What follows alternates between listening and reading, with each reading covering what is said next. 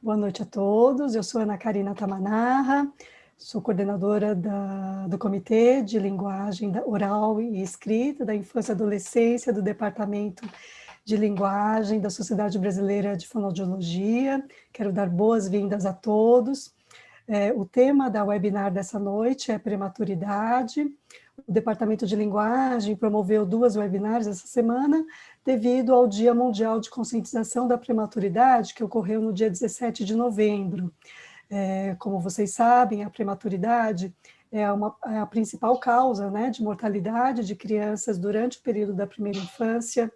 Ela acomete crianças, milhões de crianças no mundo todo, e é muito importante que o fonoaudiólogo esteja atento à questão da prematuridade, porque ela causa muitas intercorrências, muitos riscos, né, intercorrências crônicas e riscos para o desenvolvimento. Então é muito importante que o fonoaudiólogo esteja inserido nas equipes multidisciplinares, desde os primeiros atendimentos, ainda na UTI neonatal, assim como no atendimento longitudinal, né, no acompanhamento longitudinal dessas crianças. Bom, o tema da webinar dessa noite, nós vamos focar no atendimento longitudinal, né, no segmento longitudinal. Para isso, nós vamos mostrar um serviço que é muito longevo, muito bem consolidado, muito bem sucedido no país, que é o ambulatório dos prematuros, do Departamento de Pediatria, da Escola Paulista de Medicina, da Universidade Federal de São Paulo. Para falar, então, do ambulatório, nós convidamos a professora doutora Ana Lúcia Goulart, pediatra, professora doutora associada do Departamento de Pediatria da Unifesp e atual chefe do departamento.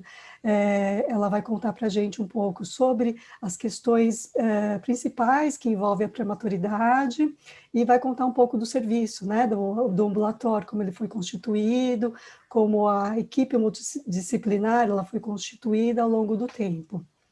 Na sequência, nós teremos a professora doutora Marisa Frasson de Azevedo, ela é audiologista, professora doutora associada do Departamento de Fonoaudiologia da Unifesp, é vice-chefe do Departamento de Fonoaudiologia atualmente, ela coordena o serviço de audiologia do ambulatório de prematuros, vai contar para a gente um pouco do funcionamento do serviço, né, de audiologia no ambulatório, um pouco da formação dos profissionais e pesquisas que ela tem conduzido na área.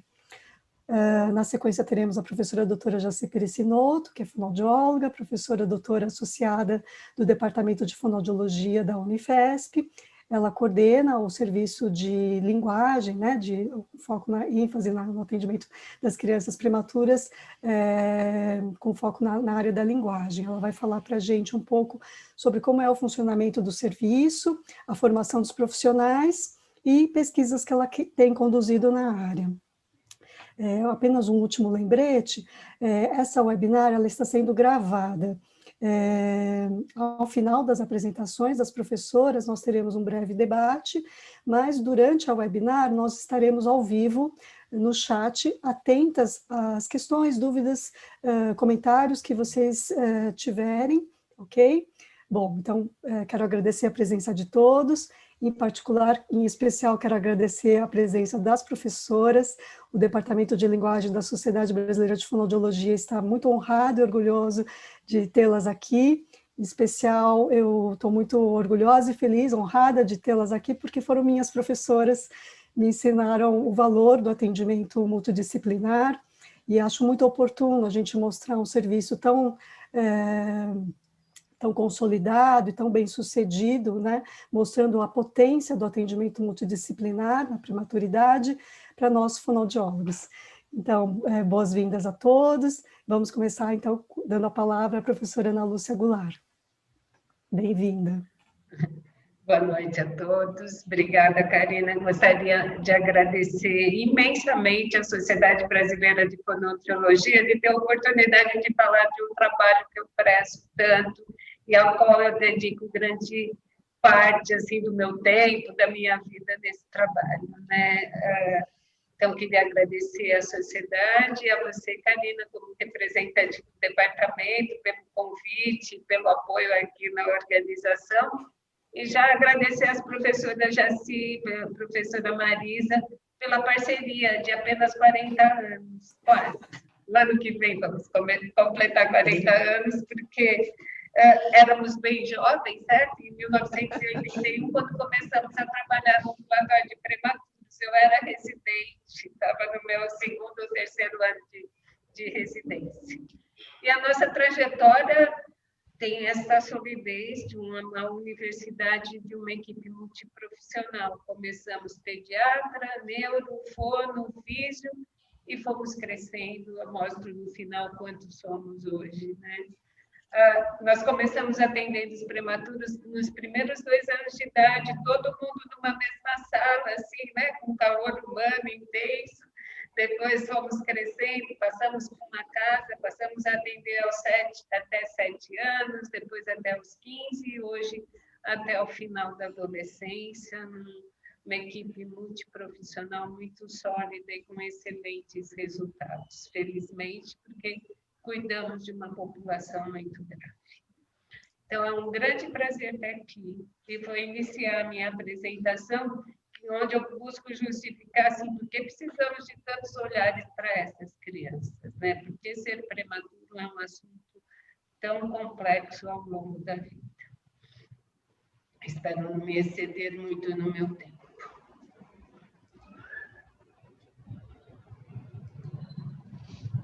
Vamos lá. A tela está aparecendo inteira? E acho que isso. Agora sim, melhor né? assim, é.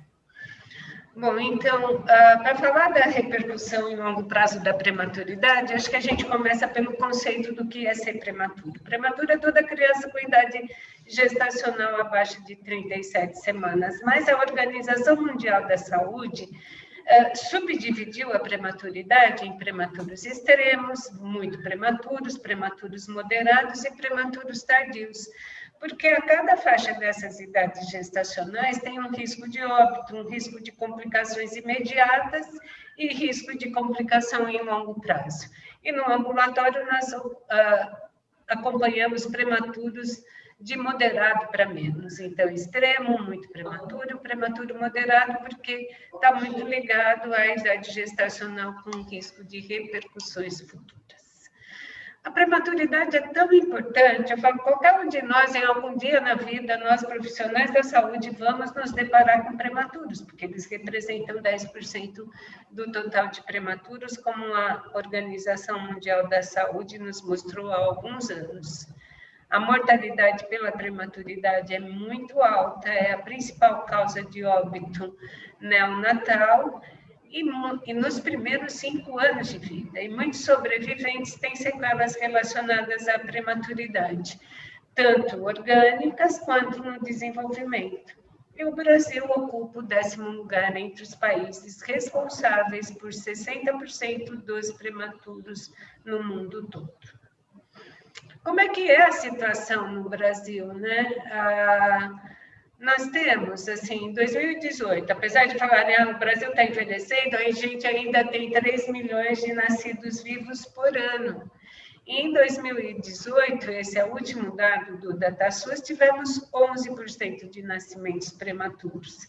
Claro que o maior contingente é de prematuros maiores, entre 32 e 36 semanas, mas temos 0,5% deste total, 14.500 crianças que nasceram como prematuros extremos e com alto risco de complicações, tanto que a mortalidade ainda no país como um todo continua muito elevada. Ela vai caindo à medida que aumenta a idade gestacional, mas mesmo assim 2% dos prematuros maiores ainda vão a óbito no primeiro ano de vida. Então, é um problema de saúde pública muito importante.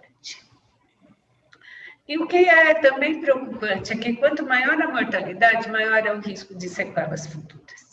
E quais são as repercussões em longo prazo da prematuridade? Elas podem ser divididas em repercussões para o crescimento físico, orgânicas e para o desenvolvimento. Quando a gente olha para o crescimento dos prematuros ao longo da vida deles, como é que eles se comportam? Então, assim, começa que já no período neonatal, durante o período de hospitalização, eles sofrem um processo de desnutrição. Então, e a gente caracteriza essa desnutrição como um peso abaixo do percentil 10.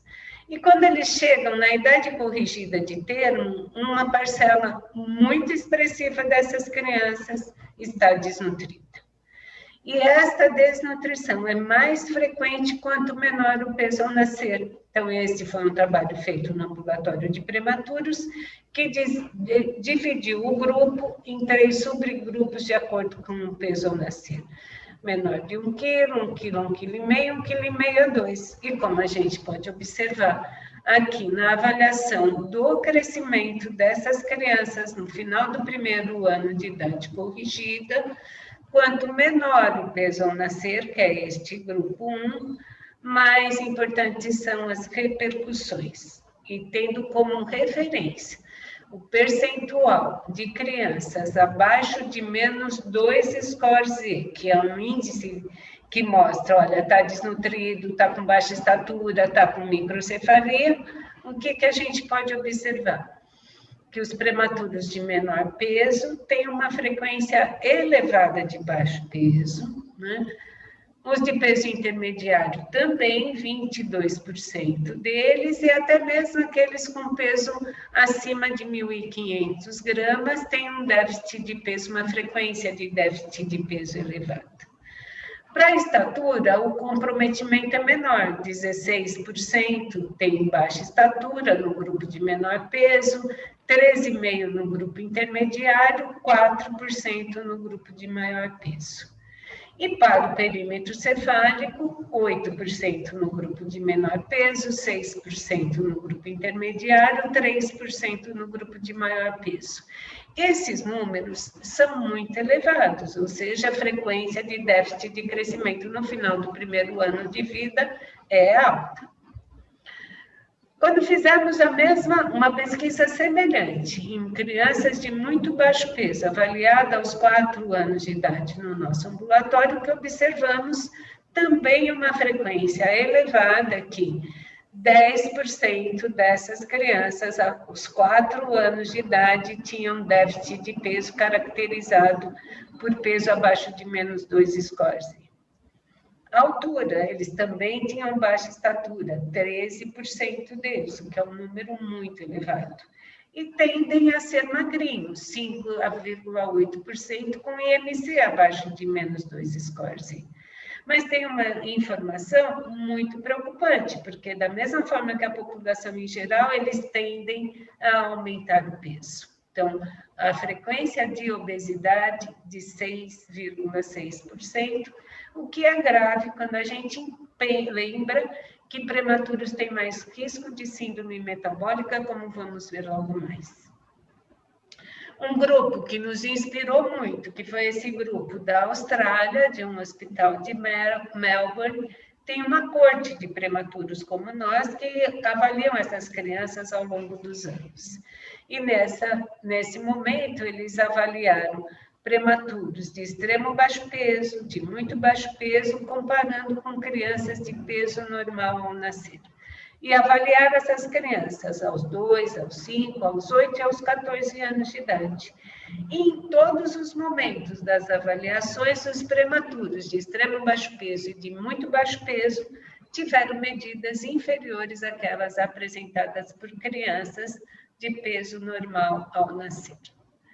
Então, quando a gente vê aqui a avaliação aos 14 anos, o grupo 1, que é o grupo de menor peso, e o 2, que é o grupo de peso intermediário, tinham medidas de peso, estatura e perímetro cefálico inferiores àquelas de crianças, de adolescentes, no caso, com peso normal ao nascer.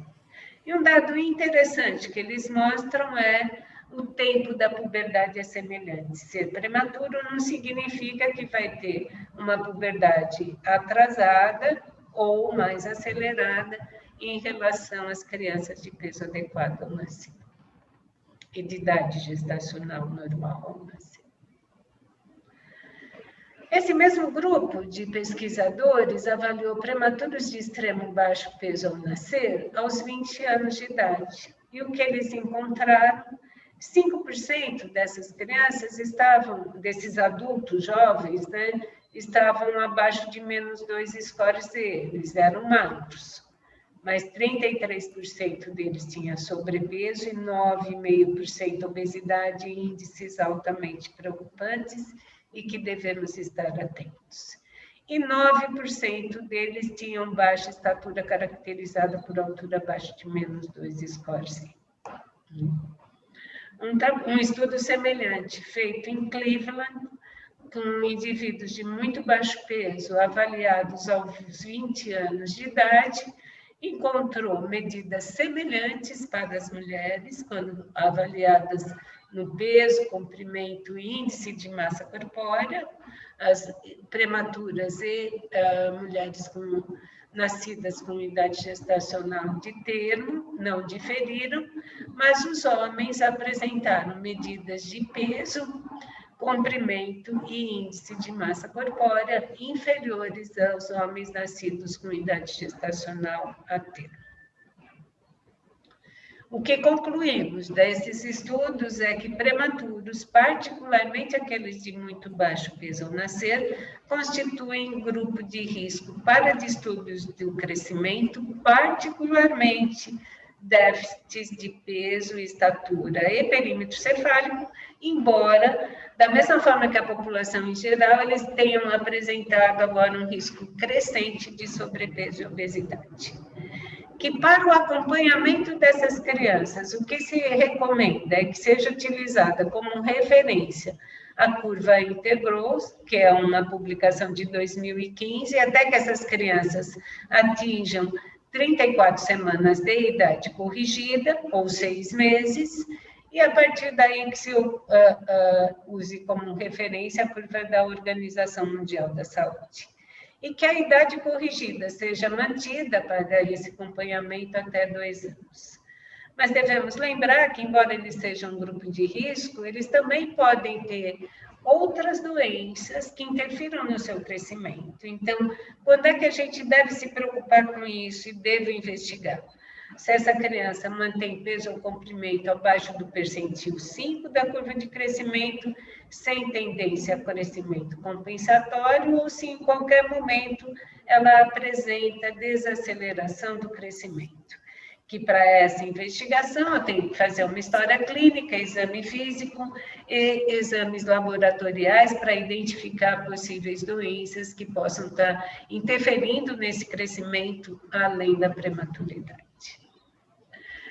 Do ponto de vista das repercussões orgânicas, é importantíssimo lembrar que nós estamos falando de crianças de uma população muito ampla, que pode ter desde 24, 25 semanas, que é o limiar da viabilidade, até 36 semanas e 6 dias, que está muito próximo do termo. Então, eu estou falando de uma população que pode ter nascido muito imatura, do ponto de vista orgânico em geral, considerando aí o cérebro, o osso, o pulmão, a rinha, coração, todos os órgãos e sistemas estão muito imaturos e submetidos a uma condição absolutamente diferente daquela intrauterina e frequentemente adversa. Por isso, essas repercussões orgânicas que estão sendo cada vez mais entendidas, né, e divulgadas do ponto de vista científico. Acho que esse estudo, que é um estudo sueco, mostra que prematuros jovens, né, que têm uma mortalidade 40% maior em adultos jovens que foram prematuros, nesta faixa etária de 18 a 36 anos. E essa mortalidade elevada é associada a anomalias congênitas, mas também tem as doenças respiratórias, doenças endócrinas e doenças cardiovasculares. E quais são essas repercussões, né? Assim, sinteticamente, o que temos de mais importante? Eles têm maior risco de hipertensão arterial sistêmica. E que vale lembrar que qualquer aumento de 4 milímetros na pressão arterial sistêmica eleva a mortalidade por AVC e por outras doenças cardiovasculares. que os prematuros têm riscos menores, embora a função, na maior parte das vezes, é normal, né? Mas eles podem ser mais suscetíveis a agressões secundárias, por exemplo, o uso de drogas nefrotóxicas. Eles têm muita doença pulmonar, principalmente se eles foram prematuros com displasia broncopulmonar, com doenças graves no período neonatal. Mas se ele não foi, ele também tem um risco maior. Eles têm a alteração da função respiratória com um padrão de doença pulmonar tipo obstrutivo que lembra o padrão de asma.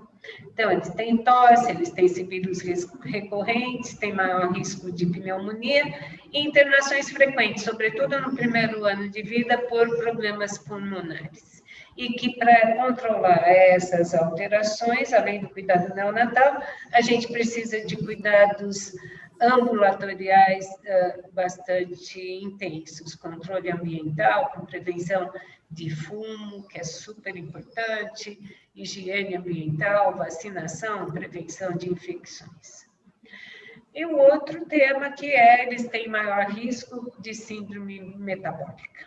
A síndrome metabólica é caracterizada por maiores níveis de insulina de jejum e dos índices de Roma, que caracterizam a síndrome. Eles têm maior uso de hipoglicemiantes orais e insulina, maior incidência de diabetes gestacional e de diabetes de tipo 2.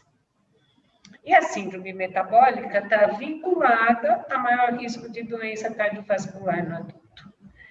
O que é interessante ressaltar que um ganho de peso para a estatura acelerado nos primeiros meses pós-termo associa a maior porcentagem de gordura, maior índice de circunferência abdominal, aumento de triglicéridos séricos e doença gordurosa hepática não alcoólica, que são fatores que fazem parte desta síndrome metabólica. Então, a gente precisa ter um equilíbrio.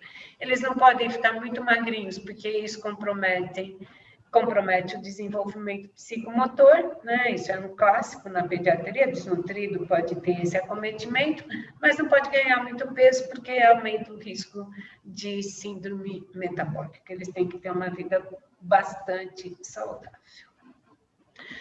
O outro aspecto é o aspecto do desenvolvimento, do neurodesenvolvimento em geral. Então, está aqui uma imagem para a gente lembrar o quanto imaturo é este cérebro, quanto que ele vai se desenvolver no período pós-natal e os agravos que ele pode sofrer só de ter nascido, né? De estar exposto à luz, ao ruído, né? A todo um ambiente completamente diferente. E que pode ter alteração motora, cognitiva, auditiva, visual, psíquica e comportamental. Tudo isso tem sido descrito nos prematuros. E que, além da prematuridade, algumas doenças que ocorrem no período neonatal podem ser um fator para agravar ainda esse comprometimento, sendo elas a displasia broncopulmonar, a hemorragia periintraventricular, a enterocolite, a leucomalácia e a retinopatia da prematuridade. Então, esses são os indicadores de maior risco para agravos do desenvolvimento. E quais são, então, essas alterações, essas repercussões em longo prazo da prematuridade? Embora esse estudo já tenha 20 anos de publicação, acho que ele é muito emblemático para aquilo que a gente tem que olhar no prematuro. Então, foi um estudo americano que incluiu 11 mil mulheres com recém-nascidos vivos. Destas, 9.440 tinham filhos vivos 3 anos depois, e mais de 8 mil delas forneceram informações sobre sua saúde, condições familiares e sobre a saúde e desenvolvimento da criança. Destas crianças, quase 900 tinham muito baixo peso ao nascer. E quando a gente olha o percentual de crianças com alterações entre 32 e 38 meses, e foi avaliado pelo Denver, né? Quem está familiarizado já enxerga o Denver aqui, né? Eles tinham muito atraso de linguagem, né? A frequência de atraso de linguagem em prematuros é um comportamento muito marcante. o que é bastante complicado, né? Porque prematuro também tem maior risco de autismo.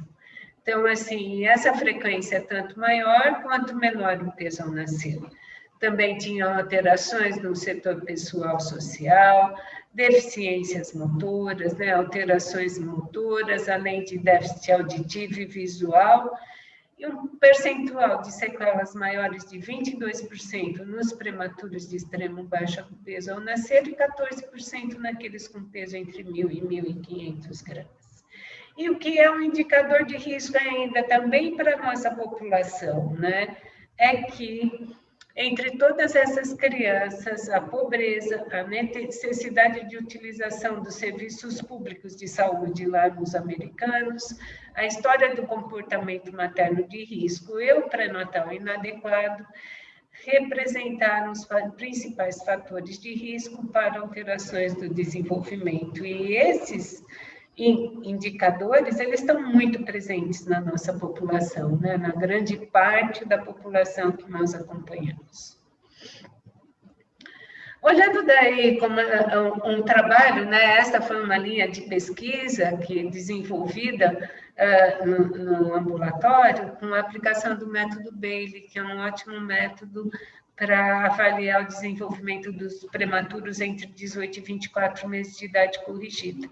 Nesse estudo foram avaliados 101 lactentes, né, com idade gestacional média de 29 semanas, peso de 1.240 gramas, 23% deles eram pequenos para a idade gestacional. E a frequência de alterações de todos os setores foi bastante expressiva. Quando a gente considera o score menor do que 85 ou o score menor do que 70, que é um desvio aqui, 2 desvios padrão. Então, tiveram alteração cognitiva em 19,8%, de acordo com o critério. Linguagem, de novo, na nossa população, olha, 27,10%. Deficiência motora em 12,9%, o pessoal social em 8,4%, comportamento adaptativo 22% e 6% de acordo com o critério utilizado. E os fatores que associaram aos scores de desenvolvimento menor nos 5 domínios foram a idade gestacional menor, escolaridade materna menor, presença de hemorragia peri-intraventricular, presença de leucomalácia periventricular, diagnóstico de meningite no período neonatal e retinopatia da prematuridade. Em relação à evolução oftalmológica dos prematuros com ou sem retinopatia, são poucos os estudos, mas esse daqui nos mostra o resultado de 254 prematuros com peso abaixo de 1.700, comparados a crianças nascidas a termo e avaliados entre 10 e 12 anos. E eles têm redução da acuidade visual, né? A redução leve em 20%, comparada a 7% nas crianças a termo, e moderada em 3,5% versus 0 nos termos. Estrabismo, achado muito frequente, 19% nos prematuros, 3% no termo. E qualquer alteração visual, incluindo redução da acuidade, miopia, estrabismo, alteração de visão de cores e de campo visual. Então, temos aqui 50% nos prematuros e 19,5% nas crianças a termo, todas as diferenças muito significantes. E que a morbidade oftalmológica é tanto maior na presença de retinopatia da prematuridade, né? Então, a partir do grau 2, a gente já começa a ter um aumento. Então, prematuros sem retinopatia e retinopatia grau 1, eles são comparáveis. No grau 2 aumenta, e no grau 3 e 4, que são formas graves, praticamente a totalidade das crianças terá alguma repercussão.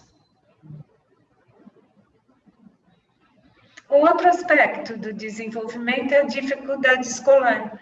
Então, estudo desenvolvido aos 8 anos de idade, né, com prematuros de extremo baixo peso ao nascer, mostraram que eles têm um déficit, né, na avaliação do coeficiente pelo VISC e alterações de leitura, da linguagem e na matemática. E numa outra forma de avaliação, também o desempenho dos extremo baixo peso ao nascer foi inferior a dos recém-nascidos de termo quanto a pensamento verbal, linguagem, leitura, escrita, matemática e comportamento social. Aqui comparados prematuros, então, de extremo, muito prematuros, né, com idade gestacional de 27 semanas, a crianças nascidas a termo.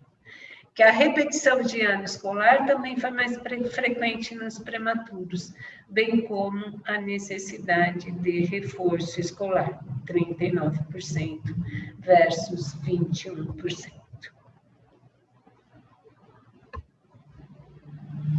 Na evolução aí do tempo, porque a gente tem que entender que os prematuros estão sobrevivendo cada vez mais, e cada vez mais prematuros de extremo baixo peso ao nascer, a importância de acompanhá-los ao longo do tempo, né? E a importância do nosso ambulatório.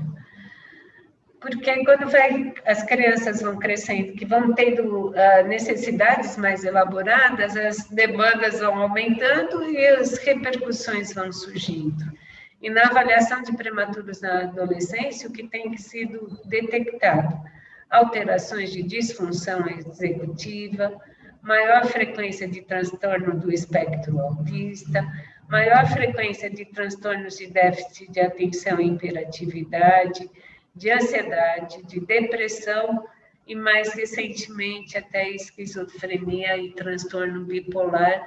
Infelizmente, a gente tem uma experiência um tanto dramática, até no ambulatório de prematuros, com algumas dessas situações. Mas é o que tem sido descrito mesmo, maior frequência de distúrbios psiquiátricos. E é por isso, né, por todo esse cenário, né, por toda essa amplitude de possibilidades de acometimento dos prematuros, né, que a gente criou há 40 anos, né, na verdade, o nosso querido professor Benjamin Israel Koppelman, que ainda está com a gente, criou esse ambulatório, né, para o acompanhamento especial dos prematuros, né, que hoje vai até de 0 a 20 anos de idade. A todos os prematuros com idade gestacional abaixo de 34 semanas, nascidos no Hospital São Paulo, no Hospital da Vila Maria e no Hospital Estadual de Diadema. Então, tem um acompanhamento pediátrico, que é todo muito bem esquematizado, diferente da puericultura da criança de termo.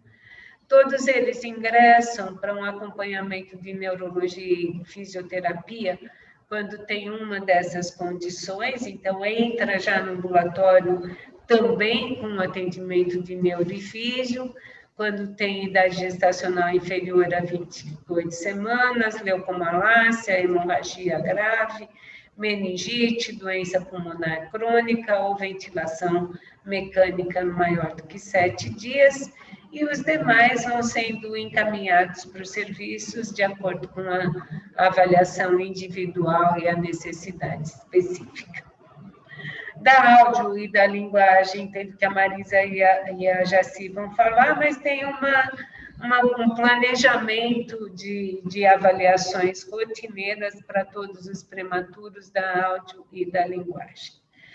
O atendimento da oftalmologia também é feito no ambulatório, né? E ele é anual. Temos uma equipe de dentistas, porque prematuros também têm maior repercussão odontológica e elas fazem um acompanhamento semestral, e um grupo de neuropsicólogas voluntárias que fazem a avaliação da prontidão da criança para início da idade, no início da escolarização, entre 6 e 7 anos de idade. Além dessas equipes que fazem um atendimento rotineiro, nós temos uma fisiatra voluntária, uma fonoaudióloga voluntária da área de motricidade oral, uma nutricionista, um grupo de psicólogas voluntárias e o serviço social. Para essas 4, físio, motricidade oral, nutricionista e psicólogas, o atendimento é feito de acordo com a demanda e o serviço social, em algum momento, vai ter um contato com todas as famílias. Então, é esta grande equipe que constitui o nosso grupo. Hoje nós temos 12 categorias profissionais no ambulatório. Mas eu gostaria de finalizar, a gente fala tanto assim, prematuro tem tanta complicação, e eu gostaria de finalizar com uma pesquisa que foi feita no nosso ambulatório, que perguntou para eles o que eles achavam da qualidade de vida deles, né? Então, é de adolescentes, nascidos de muito baixo peso, a percepção deles sobre a qualidade de vida e de seus cuidadores. E a grande parte, 71%, fala que está muito satisfeito com a qualidade de vida dele. Quer dizer, aqui 71% é do cuidador e 14% dos cuidadores falam que estão muito satisfeitos. E do adolescente, que também é sempre tão questionador e crítico, 56% satisfeito e 22% muito satisfeito, e esses resultados refletem muito o que é apresentado na literatura. Por todas as dificuldades que tem, com todas as repercussões que possam estar carregando, os prematuros consideram que têm uma boa qualidade de vida. Então, que é uma preocupação bastante grande da nossa parte de não incentivar o estresse. Falar assim, se é prematuro, se é um indivíduo de risco, cuidado. Então, acho que nós não estamos fazendo este papel, acho que estamos dando, assim, uma perspectiva bastante positiva para eles, né? Então, só para finalizar, esse é um mural de uma parede inteira que está lá no nosso ambulatório para mostrar que a gente gosta de receber muito bem. Então, quem quiser nos visitar e nos conhecer será muito bem recebido. E essa é a equipe composta por pediatra, nutricionista, odonto, psiquiatria, neuropsicóloga, assistente social, físio, fono, fisiatria, oftalmo e neuro. Todos trabalhamos juntos, no mesmo espaço, o que facilita muito o diálogo entre os especialistas e contribui para a promoção da saúde, do bem-estar dos nossos prematuros e de seus familiares. E que, para cumprir esta nossa missão, na verdade, né, que é uma missão mesmo, a gente ainda conta com o apoio de uma ONG, né, que hoje é uma UCIP, né, que se chama Instituto do Prematuro, que faz captação de recursos para apoiar as famílias e as crianças e adolescentes acompanhados no ambulatório. Muito obrigada pela atenção de vocês e obrigada pela oportunidade. Excelente, professora. Muito obrigada pela apresentação, pelas informações, né? Tudo muito interessante, muito oportuno. Obrigada, Karina. Obrigada mais uma vez.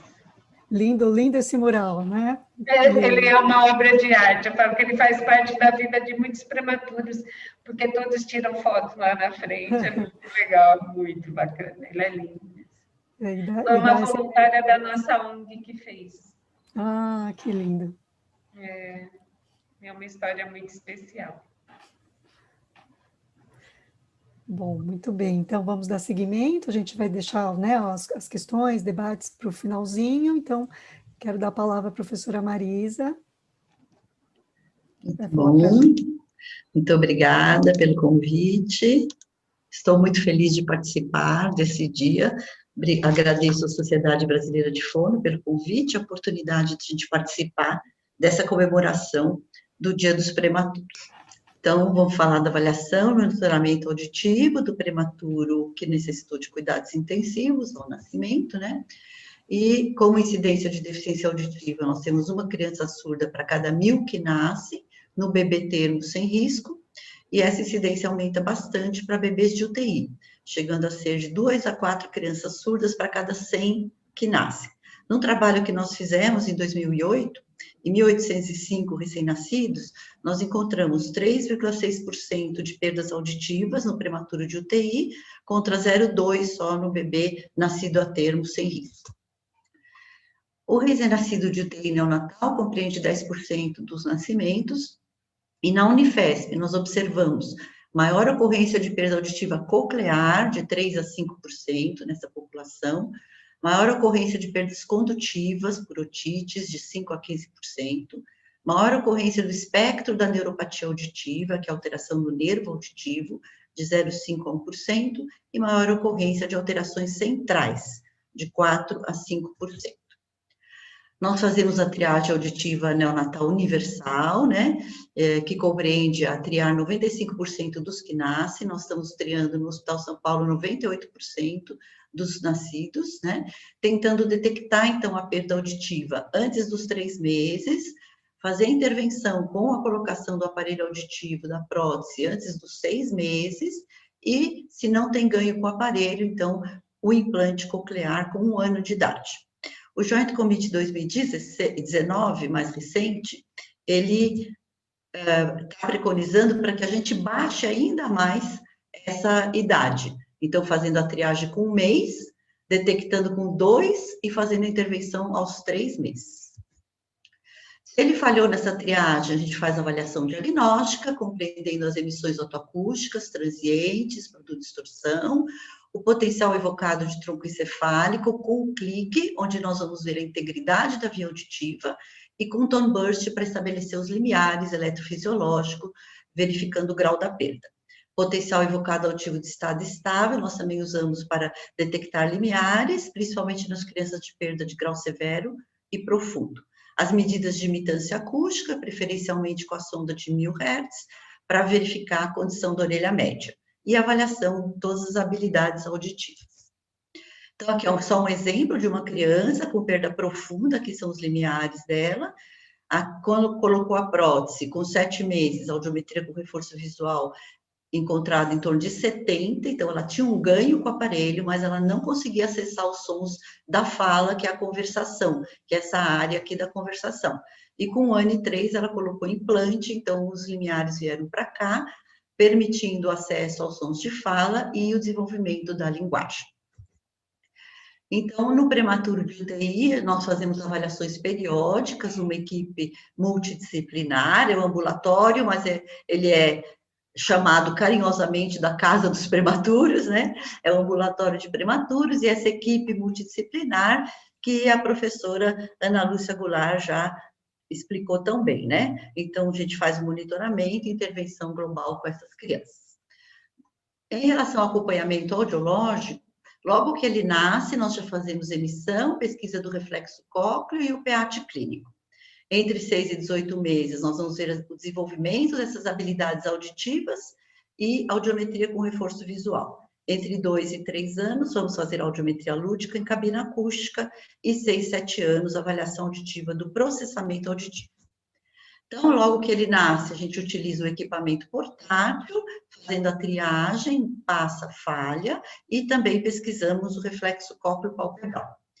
Nós gostamos de pesquisar o reflexo cócleo-palpebral, porque a via auditiva dele, olha, ela vai crescendo até o geniculado medial.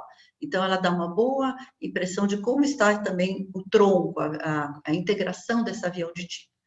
Fizemos alguns trabalhos quando a criança tem emissão presente, mas não tem cócleo, não pisca para o barulho forte. Então, nós temos 7 vezes mais chance de ter uma alteração neurológica aos 3 anos e 4 vezes mais chance de ter uma alteração de linguagem aos 4 anos. Realizamos o potencial evocado auditivo de tronco encefálico, onde nós podemos ver a onda 1, a 3 e a 5. A onda 1 é do nervo auditivo, a 3 o núcleo coclear e a 5 o leminisco lateral. E nós vamos ver os interpicos também. Então, aqui é um exame de um bebezinho, onde nós temos a onda 1, 3, 5 estabelecida para ver a integridade, se o nervo está íntegro e toda a via auditiva está íntegra. É importante a gente ressaltar que as latências dessas ondas e os interpicos, eles têm que ser feitos de acordo com a idade corrigida do bebê. Então, nós fizemos uma referência de normalidade para o nosso aparelho, que é o Smart EP. Então, nós estabelecemos qual que seria a latência esperada para cada idade corrigida. Então, se o bebê nasceu com 34, hoje ele tem 35, então nós vamos usar essas latências aqui, que são o nível de referência para idade dele. Aqui é um exemplo de um prematuro de 34 semanas, ele passou emissão presente, aqui bonita, mas ele tem Arnold-Chiari tipo 2, então tem mielomeningocele com uma falha nesse fechamento do tubo neural. Então ele tem ausência do reflexo acústico e da imitância e do reflexo cócleo-palpebral também. Fomos fazer o PEAT, protocolo neurológico, e vimos que não apareceu nenhuma onda. Então, isso é característico do espectro da neuropatia auditiva. Então, ele tem uma alteração no nervo auditivo. Fizemos um trabalho em 2017, né, onde nós tivemos 42 crianças com Arnold-Chiari tipo 2, 38 com mielomeningocele e 80 sem riscos. E vimos que realmente acontece temos uma maior ocorrência de neuropatia auditiva nessa população e alteração do tronco baixo. O primeiro retorno no monitoramento aos 6 meses, então no ambulatório de prematuro, onde nós vamos avaliar as habilidades auditivas, vamos fazer audiometria com reforço visual, que é o padrão ouro para estabelecer limiar aos 6 meses, e se necessário a gente complementa com a imitância e com as emissões. O que é esperado para 6 meses? A localização lateral, indireta para baixo e indireta para cima, e a presença do reflexo cócleo-palpebral, que é pesquisado com agogô a 100 dB. Aos 6 meses também espera-se a localização da voz natural, então nós vamos chamar pelo nome com entonação para a direita e a esquerda, e a criança deve responder. Realizamos audiometria com reforço visual, utilizando o audiômetro pediátrico, porque ele é portátil e de fácil manuseio. Então, nós vamos fazer audiometria com reforço visual e as respostas esperadas para 6 meses níveis mínimos de resposta em torno de 40 e 60 dB nessa idade. Nós temos os níveis de referência estabelecidos na minha tese de doutorado, então estabeleci o nível de referência que pode ser utilizado com esse audiômetro pediátrico para cada faixa etária, tanto para a sala comum quanto para a sala acústica. O que eu gostaria de chamar bastante atenção é para reações atípicas, reações que não aparecem em crianças típicas, e que então a gente tem que estar atenta quando essas reações aparecem. Então, a primeira reação atípica é uma reação exacerbada, é a criança que tem um sobressalto, um susto, ou pisca para o barulho, para um som fraco, né? Isso não é esperado, então, quando a criança tem esse tipo de reação, ela tem 7 vezes mais chance de depois ter uma alteração de processamento auditivo. O aumento de latência de resposta, então aquela criança que localiza som, mas ela demora para olhar para a direita, demora para olhar para a esquerda, também tem mais risco de ser uma criança que venha a ter uma alteração de processamento, uma alteração central. E uma coisa que chama bastante atenção e que aparece bastante no nosso ambulatório é a inconsistência de resposta para tom puro. Então, quando você faz audiometria com reforço visual, você dá um som, a criança olha, acende uma luz, se você utiliza tons puros, ela não responde. Se você utiliza narrowband, que são sons, ruídos de banda estreita, ela responde, né? E outra característica, emissões presentes, né, com curva A, e ausência dos reflexos acústicos ou ausência do reflexo cócleo-palpebral. Então, essas reações atípicas, elas chamam atenção para ser uma criança de risco para ter uma alteração central. Qual a conduta quando nós observamos, então, essas reações atípicas na avaliação comportamental? Avaliação da linguagem, com 2 anos, porque elas são de maior risco para atrasar, e avaliação do processamento auditivo entre 6 e 7 anos. O segundo retorno, aos 12 meses, nós fazemos as mesmas avaliações, a única coisa que modifica é que nós também incluímos o reconhecimento auditivo, reconhecimento de ordens e palavras. O que é esperado a partir de 10 meses é a localização direta para baixo, ele olha direto, ainda continuando com a indireta para cima. E do reconhecimento de fala, o dá tchau, joga beijo e bate palma, que nós utilizamos, ele tem que entre 9 e 12 meses, ele tem que reconhecer pelo menos 2 dessas ordens. Então, você fala joga beijo, ele joga, bate palma, ele bate, sem dar pista visual, né? Nós fizemos um trabalho onde nós vimos que o reconhecimento de ordem aos 12 meses, ele serve como preditor da linguagem, né? Entre 2 e 4 anos. Então, aquelas crianças que aos 12 meses conseguem reconhecer essas ordens de forma normal, a maioria tinha linguagem normal, entre 2 e 4 anos, e as que tinham alterado, a maioria tinha linguagem alterada. o odds ratio deu de 12,25, ou seja, se a criança não reconhece essas ordens com 12 meses, ela tem 12 vezes mais chance de atrasar na linguagem. O outro terceiro retorno é aos 18 meses, os procedimentos são os mesmos, não se modificam, só que o reconhecimento de fala para 18 meses já vai estar em cadê a mão, cadê o pé, cadê o cabelo, então ela tem que achar partes do corpo, e depois, acima de 18 meses, já até apontar objetos ou figuras. Aqui é um caso clínico de um prematuro com emissões presentes e PEAT normal. Ele tem 6 meses, mas ele procura a fonte, tem atenção para a voz familiar, tem cócleo presente, mas ainda não responde na audiometria com reforço visual. Tem curva tipo A e reflexos presentes. Então, ele apresenta um atraso de desenvolvimento em função da prematuridade. Então, a gente dá orientação e pedir retorno com 10 meses. Aos 10 meses, ele já estava localizando o lateral, direto para baixo e indireto para cima, reconhecendo ordens, totalmente normal. Então, isso é uma característica do prematuro, ele dá uma atrasada e depois recuperar a partir dos 10 meses de idade. Esse é um outro caso de um bebê de 10 meses, com 32 semanas, prematuro, mas teve hemorragia grau 3. Ele teve emissões presentes ao nascimento. Então, com 10 meses, ele localizava lateral, mas só indireta para baixo, quando eu devia dar direta para baixo, né? Localizava a voz, mas com aumento de latência, que é uma reação atípica, demorava para virar a cabeça. E a audiometria com reforço visual, ele não conseguiu fazer com tom puro, só quando nós pusemos ruído de banda estreita, o narrowband, ele respondia para 40 dB. O PEAT dessa criança, ele apareceu um interpico aumentado, 3,5, aumento do interpico 3,5, então, revelando que realmente ele tinha uma alteração do tronco encefálico alto. Nós fizemos trabalhos também com crianças com hemorragia periintraventricular em 2016, analisando 42 crianças com hemorragia e 42 sem, e vimos que realmente há uma maior ocorrência de alteração central em crianças com hemorragia, e que o que mais ocorre é o aumento da latência das ondas 3 e 5 e o interpico 3,5 aumentado, então alterando o tronco alto nessas crianças, que vai levar a uma alteração, possivelmente de linguagem e de processamento auditivo. Esse é um outro bebê de 15 meses, prematuro, com 34 semanas, mas que ele tem também microcefalia. Emissões presentes e o PEAT já dá alteração central, o interpico 3,5 aumentado.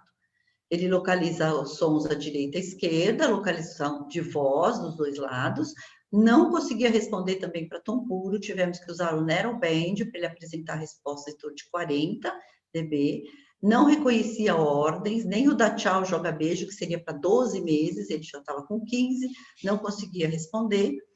Não tinha cócleo, não piscava por barulho e tinha a reação exacerbada, o sobressalto, o susto. Até com voz forte, você falava, ele tremia e tinha esse sobressalto.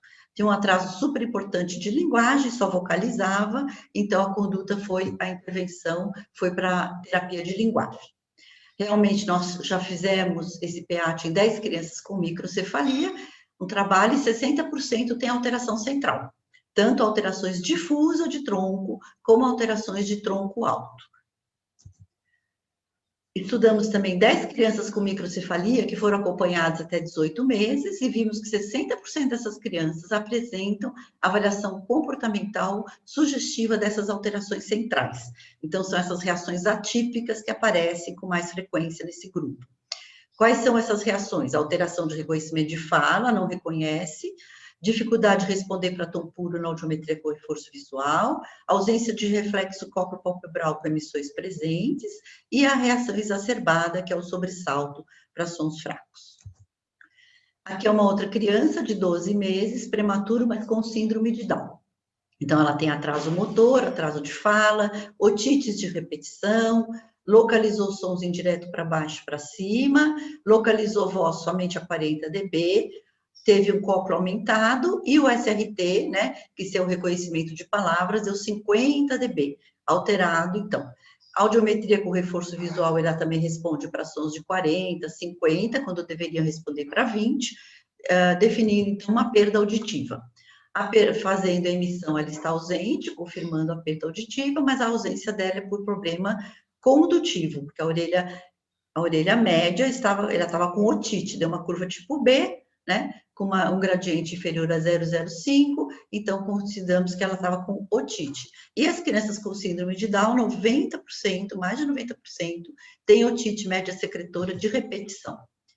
Na avaliação comportamental de crianças com síndrome de Down, tem alguns cuidados que nós devemos tomar, né? Porque normalmente quando a gente faz a avaliação, a gente coloca o som lateral e coloca um objeto na frente, um brinquedo, alguma coisa, para a criança olhar para frente, né? Isso não dá certo com a criança com síndrome de Down, que ela não consegue prestar atenção ao visual e ao auditivo ao mesmo tempo, então ela não responde quando você põe um estímulo na frente. Então, o ideal é não colocar nenhum estímulo, o SRT fazer com fones apontando partes do corpo, cabelo, mão. A audiometria com reforço visual também ela deve ser feita com reforço simples, que é só a luz que acende. Se a gente usa boneco que se mexe, ela tem medo, a criança tem medo e não realiza. E as emissões estão, em geral, ausentes em decorrência de alterações condutivas, porque na criança com síndrome de Down, ela tem o estreitamento de meato acústico externo, tem o acúmulo de cera, tem disfunção de tuba e tem otite média secretora, e pode ter até fixação de cadeia circular. No quarto retorno, já é no ambulatório de audiologia, na Rua dos Otones, onde nós fazemos, então, a audiometria mesmo, lúdica, em cabina acústica com fones, né?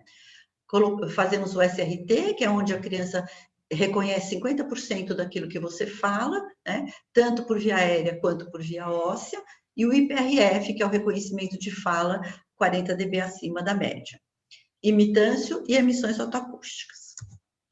Aqui é um outro caso de uma criança de 2 anos e 9 meses de idade, prematuro, 31 semanas e 2 dias, adequado para a idade gestacional, Apgar bom, 9 e 10, mas que teve displasia broncopulmonar. Então, essa displasia broncopulmonar é um dos fatores de risco para otites de repetição. Tá? Então, a audiolúdica dela deu uma perda condutiva bilateral, o SRT via aérea 45 e via óssea 15, apresentando esse gap dos dois lados, né? E 100% de reconhecimento de figuras.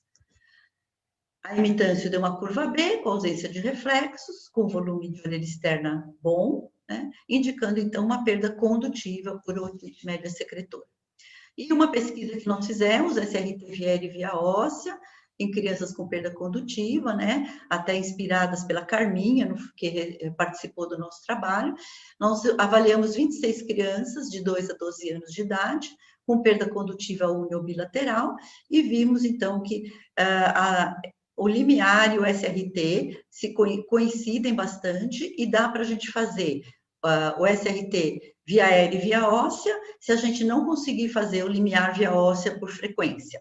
Então, que ele já dá para a gente ver que tem um gap importante e houve uma boa correlação entre esse limiar do tom puro com o SRT. Então, nós temos usado bastante no nosso ambulatório.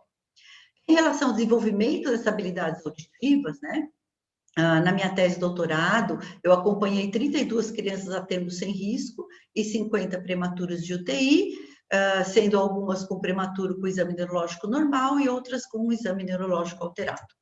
Então, o que eu pude observar? Que as crianças nascidas a termo, elas respondem adequadamente cada vez que vem, desenvolvimento das habilidades auditivas normais.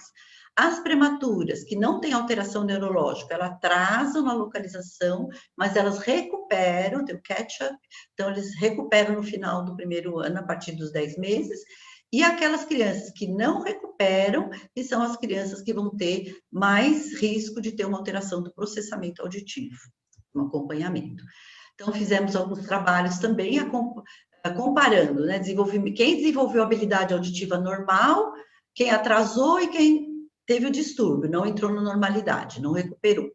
E nós vimos que quando a criança tinha o desenvolvimento auditivo normal, a avaliação neurológica aos 3 anos era normal. Quando ela tinha aquele distúrbio, né, que não entra no normal, as habilidades alteradas, a maioria tinha um exame patológico e deu uma associação significativa com o diagnóstico.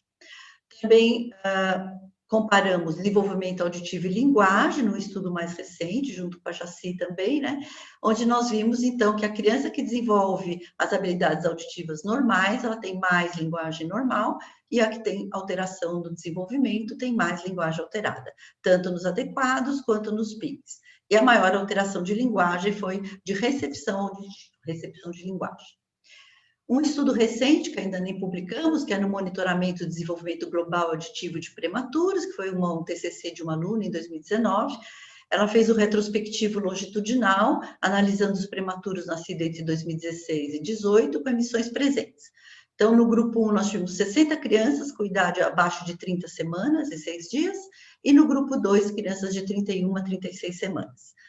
Aplicamos o roteiro de observação, de acompanhamento de crianças, né, que nós fizemos com a participação da Jacida, Selma, e observação das habilidades auditivas e audiometria com reforço visual. Aqui é para a gente ver como é difícil fazer estudo longitudinal, né? Nós começamos aos 6 meses, nós tínhamos 180 crianças, aos 12, 76, aos 18, 22 e aos 2 anos, 6 crianças. Então, esse longitudinal é bem difícil de fazer. Mas o grupo com menor idade gestacional, ele apresentou maior ocorrência de alterações do desenvolvimento global, dado pelo questionário, de alteração das habilidades auditivas e mais reações atípicas que sugerem alterações centrais. E, como fator de risco, a hemorragia periintraventricular apareceu mais também nessas crianças, assim como ototóxico e ventilação mecânica prolongada.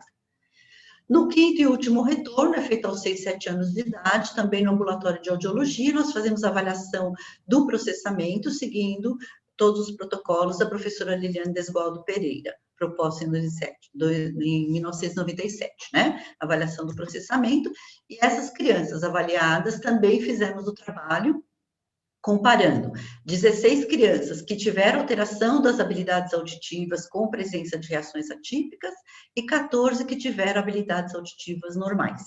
E vimos que a maior ocorrência de alteração é justamente nas que têm desenvolvimento auditivo alterado e reações atípicas. E os testes mais alterados foram o RGDT, fala com ruído e avaliação simplificada do processamento. Então, o prematuro ele tem dificuldade nos aspectos temporais e de fechamento auditivo, o que leva também a dificuldades do aprendizado escolar. Esse trabalho é um trabalho bastante antigo, mas nós conseguimos, e nem publicamos, né?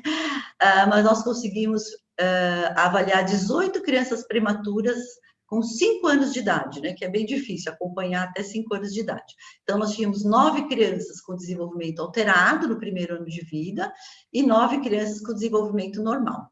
Aplicamos a escala Bailey do desenvolvimento, avaliação do processamento e avaliação de linguagem com o TEPS. Então, nós vimos que todas as crianças que tinham desenvolvimento alterado e reações atípicas, elas tinham alteração de linguagem e alteração na escala Bailey de desenvolvimento. E a maioria tinha alteração de processamento. Isso se correlacionou muito com a presença de hemorragia periintraventricular. E no grupo normal, a maioria era normal, apenas uma criança tinha alteração de linguagem. Então, muito obrigada, era isso que eu queria compartilhar com vocês. Estou à disposição nesse meu e-mail, se alguém tiver alguma pergunta ou quiser mandar algum e-mail para mim, estou à disposição. Muito obrigada. Obrigada, professora Marisa, pela excelente apresentação, muito interessante, né, as correlações entre prejuízos de audição e linguagem, né, para a gente que trabalha com linguagem, a gente sempre precisa ficar atento a isso, né?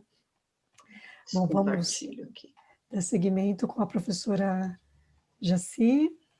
Eu preciso sair dessa tela, né? Isso. É aqui.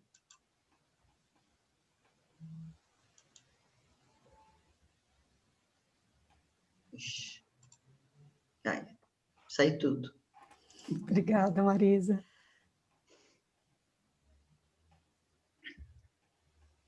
Professora Jaci, então, vamos dar seguimento, compartilhando a tela. Bom, em primeiro lugar, eu agradeço enormemente o privilégio, né? São duplo privilégio, estar na sociedade, estar com as colegas, puxa vida, melhor impossível. E falar dos prematuros, né, pessoal? Então, isso é um encanto. Bom, como a professora Ana Lúcia já mencionou, estamos juntos há muito tempo, e nesse tempo fomos construindo e reconstruindo a nossa própria história junto com os prematuros. Para situar, onde é que nós estamos juntos, né? A professora Ana Lúcia lembrou que nós estamos fazendo quase os nossos 40 anos aí. Nesse tempo, tivemos e temos, né, mantemos como meta pelo menos 3 diretrizes: a assistência, a formação profissional e a pesquisa. O foco principal é a criança e a sua família, mas nós também formamos fonoaudiólogos, não é? E participamos da possibilidade de compartilhar, vou dizer dessa maneira, a formação dos residentes e crescemos todos juntos. Na diretriz de pesquisa, temos nos preocupado nesses anos todos em 2 aspectos, tanto com a avaliação propriamente dita, a avaliação oportuna, a intervenção oportuna no desenvolvimento. Como diz a professora Marisa, o segmento longitudinal não é fácil, e nem a proposição longitudinal para acompanhar a faceta e a delicadeza do desenvolvimento de cada uma das crianças na sua particularidade. Então, onde nós estamos? Né? Na clínica do desenvolvimento, o que pressupõe reconhecer a diversidade do prematuro, não é? E também ponderar como intervir, quando aquela diferença desvia da normalidade, porque nem sempre os marcos de desenvolvimento seguem, na criança prematura, seguem o ritmo e a harmonia que nós estamos habituadas na literatura descrita. Né? Os estudos vêm mostrando alterações, como a professora Ana Lúcia já mencionou, como a professora Marisa já mencionou, alterações no desenvolvimento relacionadas à prematuridade que têm seu impacto no desenvolvimento físico, motor, sensorial, cognitivo, afetivo e da própria linguagem. Então, vários serviços, assim como nós, estão organizados na perspectiva de trazer os avanços científicos e tecnológicos para otimizar os cuidados com cada criança e com esse profissional que está ali atuando e formando outros profissionais. Então, de uma maneira muito sintética, o que nós temos visto, a partir do que as professoras já mencionaram? O que nós temos visto? O desenvolvimento do indivíduo prematuro e as suas alterações estão sendo correlacionadas e associadas a variáveis como idade gestacional, peso ao nascer, tempo de internação, as relações tão peculiares entre a audição e linguagem. Os desfechos que se mostram são desde crianças muito jovens, com menor produção de sons antes dos 12 meses, redução de uso de gestos exploratórios e comunicativos, menor vocabulário de crianças antes dos 2 anos, redução de extensão frasal entre 2 e 4 anos, falhas de desempenho escolar, falhas mais amplas de cognição e linguagem, como atenção, memória, a composição de associação de fatores entre prematuridade e fatores sociais demográficos, como já foi mencionados antes pela professora Ana Lúcia, como fatores que são escolaridade materna, a escolaridade da própria criança, ambiente socioemocional, a inserção social da criança e entre a criança e seus familiares, e também têm sido associados a quadros como os distúrbios específicos de linguagem, os transtornos do desenvolvimento da linguagem, o transtorno do déficit de atenção e mesmo o autismo. A literatura e as nossas próprias pesquisas vêm nos mostrando essas relações, associações entre as variáveis da prematuridade e os desfechos da linguagem. Por isso, o que a gente faz, como nós vamos traduzir essa preocupação na rotina? Então, aqui, de uma maneira muito sintética, o que as professoras já mencionaram, acho que é interessante conversar um pouquinho com vocês, como é que nós buscamos otimizar esta integração entre os diferentes momentos de avaliação e intervenção multidisciplinar e a atuação fonoaudiológica, não é? Com essa equipe, nós estamos dentro dessa equipe já atuando desde o momento, no caso aqui falando hoje sobre a entrada no programa propriamente dita, ou a alta hospitalar, não é? E a relação entre a avaliação e a intervenção. A avaliação é uma intervenção orientada, a intervenção enquanto processo terapêutico propriamente dito. Então, nós temos trabalhado de uma maneira bastante coordenada, não é? Desde o início do diagnóstico da prematuridade em si, pela neurologia, pela neonatologia, e aquilo que nós chamamos de a visão multidisciplinar do desenvolvimento. Há anos, nós buscamos, enquanto equipe, instrumentos que nos aproximem, né? Instrumentos que nos permitam ver de uma maneira integrada o desenvolvimento. Um exemplo, a professora Ana Lúcia mencionou há pouco, o Denver 2 mencionado há pouco, a Bailey mencionada há pouco, o MCHAT nos últimos anos, né?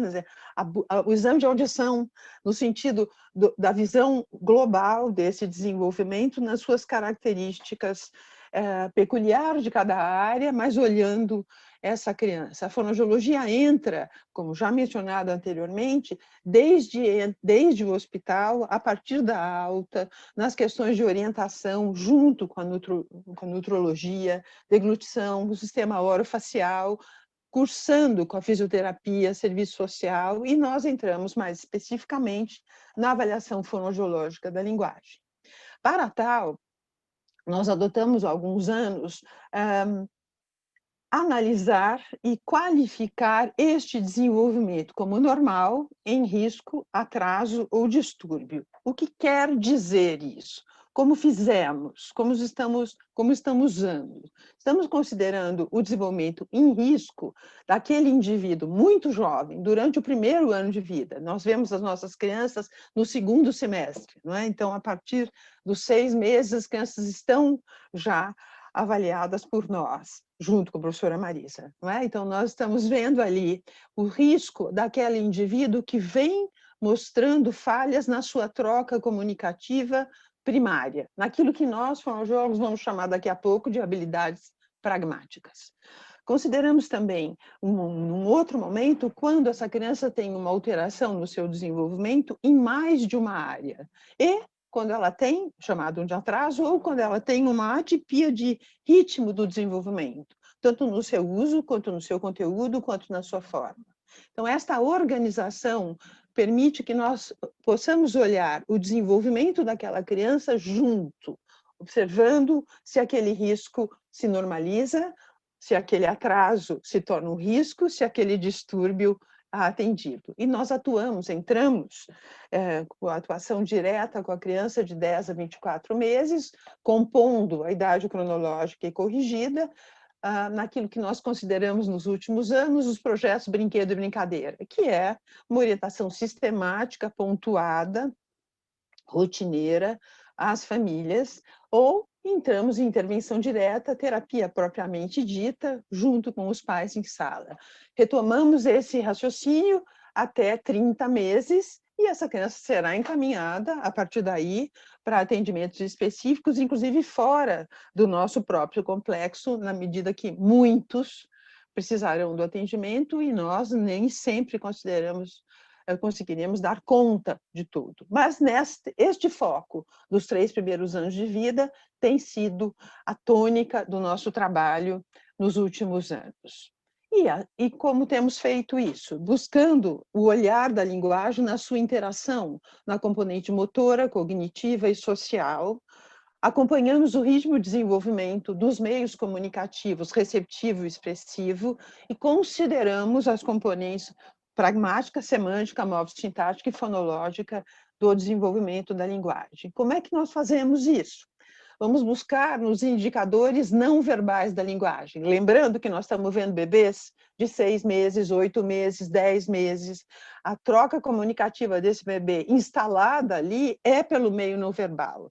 E esta troca comunicativa eficiente, ou não, né? Se for o caso, vamos intervir com brinquedos e brincadeiras, é essa troca comunicativa eficiente com o interlocutor privilegiado, a mãe, o cuidador mais próximo e os outros cuidadores, é que vão sustentar, é essa troca que vai sustentar o ganho das componentes verbais. Como já foi destacado aqui, nós valorizamos enormemente a componente receptiva da linguagem. O que temos visto no desenvolvimento das crianças, dos prematuros, que vão passar dessa sua fase de suposto atraso de linguagem e vão seguir dentro da normalidade é a composição entre recepção adequada e expressão, talvez, não tanto naquele momento. Quando houver um descompasso, onde a recepção está abaixo da expressão, esta é uma criança que provavelmente terá um distúrbio de linguagem. Nesta criança precisamos agir, intervir no processo terapêutico propriamente dito, no seu aspecto pragmático, semântico, morfossintático e fonológico, à medida que ela cresce. Temos feito desta maneira uma valorização enorme das avaliações das habilidades interativas. Temos adotado com bastante sistemática instrumentos que nos permitam observar esta criança muito antes dela ter uma produção verbal, para que nós possamos acompanhar esse desenvolvimento nas suas habilidades lúdicas, cognitivas, quer seja livre, quer ela seja acompanhada por um adulto proximal, como a família brincando, ou com o fonoaudiólogo. Vamos analisar e rastrear, fazemos isso, as habilidades de atenção compartilhada, tanto a resposta quanto a iniciativa dessa criança para partilhar esta atenção. Temos visto isso em várias pesquisas nossas, da eficácia desse elemento não verbal. Temos adotado como habilidades linguísticas aquilo que o fonoaudiólogo brasileiro tem de acesso fácil, o ADL, hoje o ADL2, né? As provas propostas pelo ABFW, as provas propostas pela família Capovilla de vocabulário, provas de narrativa, desde frases isoladas até a composição de frases integradas com relação descritiva, com relação causal, com relação intencional, considerando que a gente está focalizando crianças até 36 a 40 meses, 48 meses. E temos tido uma ênfase, temos dado uma ênfase muito grande para a aplicação dessa comunicação para além do momento da avaliação. Então, para nós, trazer o parecer da família sobre o desenvolvimento da criança no seu cotidiano, no seu ambiente privilegiado, né, é fundamental. Então, das pesquisas que temos realizado nos últimos anos, temos focalizado identificar instrumentos que nos permitam e nos deem segurança, cada vez mais sobre o parecer dos pais sobre o desenvolvimento daquela criança, seu desenvolvimento funcional das habilidades interativas. Adotamos, então, o CSBS, é um instrumento que adotamos, traduzimos e adotamos, e está em pesquisa já há 3 anos, e o LUI, traduzido por nós, publicado em 2016, como rastreio das habilidades comunicativas não verbais, por meio de gestos naturais, verbais, e essa verbalização da palavra isolada, da composição de pequenas frases.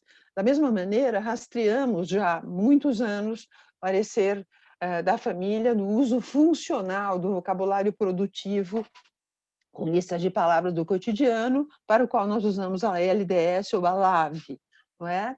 E temos adotado também o reconto e a observação da tutela do adulto a partir do relato de figuras e narrativas dessa criança. Por quê? Porque estamos lidando com bebês, né? Bebês se desenvolvem na brincadeira. Então, nós entendemos que a intervenção fonoaudiológica do prematuro pititico, no qual nós atuamos antes dos 12 meses, ela é lúdica.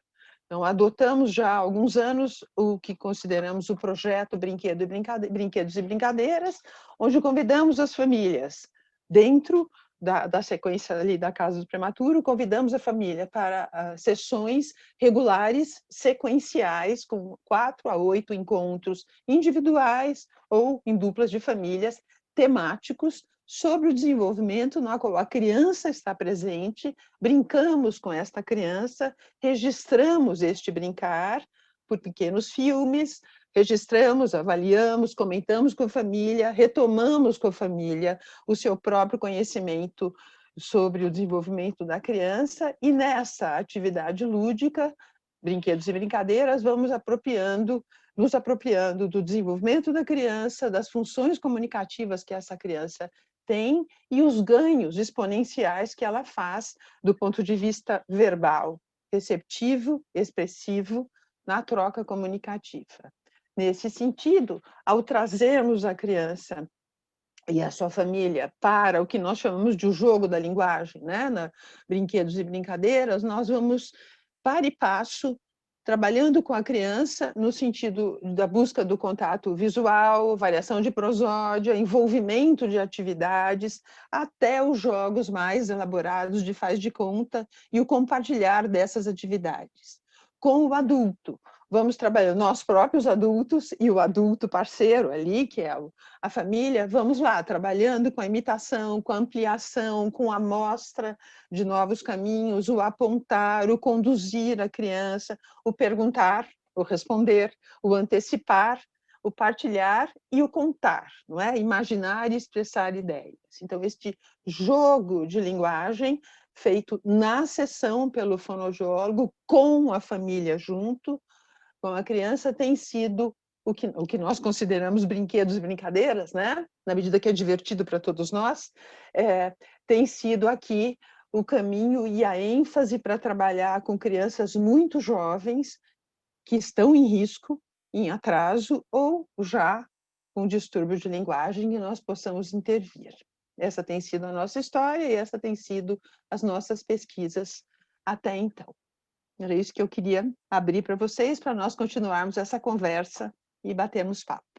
Obrigada mais uma vez à sociedade, a oportunidade de estar aqui. Obrigada, Ana Karina, no papel da sociedade como um todo, os parceiros do Departamento de Linguagem e as queridas colegas de mesa. Obrigada. Obrigada, professora Jaci, pela excelente apresentação. É sempre um privilégio, né, poder escutar vocês falarem, né, apresentarem dados tão importantes e oportunos. A gente tem um tempinho e eu queria aproveitar esse tempinho para a gente conversar um pouco, integrar, né, a fala de vocês. Gostaria de aproveitar e perguntar um pouquinho para a professora Ana Lúcia, né, se ela puder falar um pouco sobre o papel do Instituto, né, porque eu acho que é muito importante saber como ele funciona do ponto de vista da retaguarda social, né, que vocês oferecem para as famílias dos prematuros. Obrigada, Karina, pela oportunidade novamente. O Instituto do Prematuro nós criamos ele tem 16 anos agora, quando eu vou fazer as contas, às vezes eu erro. 2004, o professor Benjamin e eu, diante de um cenário muito dramático, né? Assim, de saber o que precisava fazer, mas não ter oportunidade de fazer. Por conta das limitações financeiras da família e as nossas próprias. Então, a gente se inspirou, né? Eu falo que o GRAAC é a nossa inspiração, a gente não tem essa pretensão, né? Se a gente for um mini GRAACinho, já está excelente, né? E criamos esse instituto exatamente para apoiar, em primeiríssimo lugar, as famílias acompanhadas no ambulatório. Então, assim, propiciando transporte, fórmula láctea, cesta básica, mas cadeira de rodas, óculos, próteses, órteses, assim, o tratamento dentário, que às vezes requer um recurso financeiro. Então, tudo que a gente pode propiciar para as famílias, esse é o objetivo maior. E, num segundo momento, foi apoiar também as unidades neonatais naquilo que a gente podia. Então, temos esses dois focos de atuação, um voltado para o social das famílias e o outro voltado para as instituições, né? E assim, é graças a esse apoio, né, da nossa ONG, né, que é o Instituto do Prematuro, que a gente reformou inteirinho o ambulatório de prematuros. Então, a casa que hoje a gente trabalha é uma casa absolutamente transformada, assim, ninguém vai lembrar das origens. Hoje a gente tem 9 salas de atendimento, todas individualizadas. Então, tem 3 salas de uso comunitário, a sala específica da físio, uma da oftalmo, a outra são 2 cadeiras odontológicas, a Fono tem sua sala específica, né? Todo mundo tem seus espaços, o que ajuda muito, né? Eu falo que ter um local bom de trabalho, né? Faz muita diferença para a nossa atuação e realmente a ONG nos proporcionou isso, né? Ter um bom local de trabalho que reúne todos os profissionais no mesmo espaço, propicia, então, essa assistência de qualidade. Eu gosto de lembrar de uma frase da Jaci, porque a Jaci fala que a gente não segue os prematuros, a gente persegue os prematuros, né? Então, entendendo que isso é importante para a promoção da saúde deles, às vezes as mães não conseguem entender por que elas têm que ir tanto na casinha, né? Assim, por que eu tenho que estar tanto aqui? A gente tem a oportunidade, até com o apoio da ONG, de divulgar para elas, olha, é por isso. No passado, elas recebiam um vídeo. Hoje, ninguém mais... Depois, elas recebiam um CD. Por que tem que ir? Por que tem que passar na Fono? Por que tem que ir na Físio? E tudo isso é por conta deste apoio que a gente tem do Instituto do Prematuro. E isso assim... nos dá um grande apoio para isso que a Jaci tão bem ressaltou, assistência, ensino, pesquisa, né? Tudo que a gente faz dentro da universidade tem esses objetivos, prestar uma assistência de qualidade e assim ensinar da forma que deve ser, né? E realizar pesquisas no nosso meio, né? E até fazendo pesquisas de assim, prospectivas de acompanhamento longitudinal, que, como a Marisa bem ressaltou, elas são tão difíceis. Mas com esse apoio, também a gente ajuda nesse sentido. Embora seja difícil, quando a gente vai ver os estudos internacionais, elas são difíceis mundialmente, né? Você vai acompanhando as perdas de todos os trabalhos. Então, você vê trabalho suíço, trabalho dinamarquês, trabalho onde a gente quiser, né? Sempre tem perdas, e claro que no nosso meio é menor, mas acho que esse apoio da ONG, esse trabalho todo tão integrado, né? Facilita todas essas nossas, cumprir a nossa missão aí, de assistência, ensino e pesquisa de qualidade, dando esse apoio social também, que eu acho, Karina, só aproveitando, que isso é um compromisso ético. Eu entendo esta assistência de qualidade como um direito das nossas crianças, das nossas famílias, e é isso que a gente busca o tempo inteiro. Eu costumo dizer que eu sofro da angústia que move. Eu vejo o problema, eu me preocupo com ele, e assim, todos nós, assim, felizmente, eu tenho aí uma galera super engajada, né? Assim, eu conto com grandes apoios e que estão junto, né? Nessa busca para a melhoria da condição de saúde. A gente tem situações muito dramáticas. Eu deixo um convite aqui, Jaci, Marisa, assim, Jaci e Marisa participam também das nossas reuniões semanais, né? A gente tem uma reunião clínica semanal, que agora é tudo via web, né? Às terças-feiras, no horário de 12h30, em que a gente discute os casos clínicos de maior complexidade do ambulatório de prematuros, com a participação da equipe. E as histórias são dramáticas, né? São verdadeiras tragédias biopsicossociais, que eu sempre falo a mesma frase. A gente vai ficando, assim, bastante experiente, né? E tendo essa visão. Eu falo, gente, não fosse contarmos com uma equipe tão sólida, assim, que já conhece tão bem, que já é tão afinada como uma orquestra, uma grande orquestra, cada situação dessa seria muito difícil de solucionar, né? Porque elas são muito dramáticas. Então, mas daí na reunião cada um toma conta do seu pedaço, né? A Jaci manda para o laboratório, a Marisa fala, não, pode marcar não sei aonde, lá da emissão ou do Vera, a nutricionista, o serviço social, o fisioterapeuta, todo mundo cuida do seu pedaço, mas não vem do paciente de uma forma desintegrada, né? Todo mundo no sentido de promover assim o melhor possível essas saúde aí, o bem-estar dessas crianças e funcionando de uma forma muito harmoniosa. Então, fica também o convite para conhecer o ambulatório, quem quiser participar da reunião, quem manda o link é a Gisele, que é secretária do Instituto. Então, é tudo muito integrado e tudo um trabalho muito produtivo, assim, que é feito com muito cuidado e muita alegria. Acho que a felicidade de todos de estar lá participando desse crescimento, acho que é notável mesmo o nosso prazer e a nossa alegria, né? Jaci e Marisa podem falar.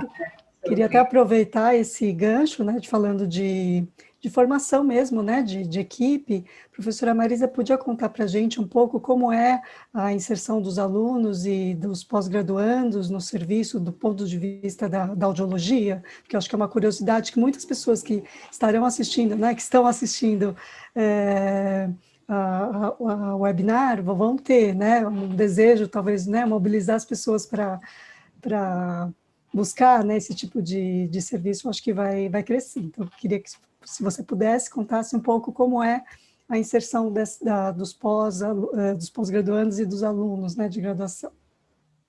No nosso ambulatório, como a sala é pequena, né, assim, a gente também não pode receber muitas pessoas, né? Então, nós recebemos os alunos da especialização de fono. Então, vem um aluno de especialização e 2 ou 3 da graduação. E aí eles vão se revezando, então ficam algum tempo, daí mudam os alunos, e de forma que todo mundo possa, pelo menos, entrar numa sala, receber a mãe, acolher aquela mãe, saber onde coloca o som, como é que faz a avaliação comportamental, né? Então, eles se revezam, normalmente eles vão de 2 ou 3, aí um fica anotando, o outro faz o som, depois reveza, observa. No final, depois que nós atendemos todos, a gente discute, né? Então, fala assim, naquele momento você não acolheu a mãe, você assustou a mãe, né?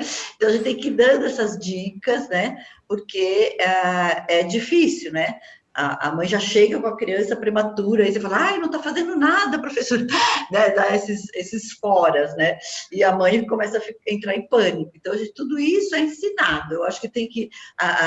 elas saem, eu sinto que depois que as alunas passam, né? Quando chega no final, elas estão bem treinadas e bem afiadas no acolher a mãe, receber, fazer o som, explicar. E toda consulta, que eu até esqueci de falar, foi bom você comentar isso, a gente faz orientação toda, não tem nada só avaliar, né? Então, a gente avalia e depois a gente orienta, ela não está localizando o som, então o que a gente pode fazer em casa? Você segura, aí o marido chama, você vira a criança para a direita, aí o marido chama a esquerda, vira para a esquerda. Então, a gente dá um monte de atividades, né? E de coisas para ela fazer em casa e também entrega por escrito uma orientação, tá? Caso ela queira ler com o pai, com o marido, com a avó, às vezes eles ficam muito com a avó, mas ele fica muito com a avó, então vai discutir com a avó o que tem que fazer, quais são as coisas que tem. Então, tem muita atividade que a gente dá para as mães fazerem em casa. Isso eu acho que dá uma coisa muito boa, eu sinto que as mães, elas voltam com uma energia muito boa. Eu fiz isso, deu certo, ele está olhando para o som, ele está fazendo isso, ele está entendendo não, ele está... Aí elas voltam muito felizes, porque elas sentem que foram elas que fizeram, não a gente. Elas foram para casa, elas colaboraram, elas fizeram os exercícios e ele está ótimo. Então, ela já chega louca para contar todos os desenvolvimentos e todo o sucesso dos seus filhos, né? Então, acho que isso é bastante importante ensinar para o nosso aluno, né?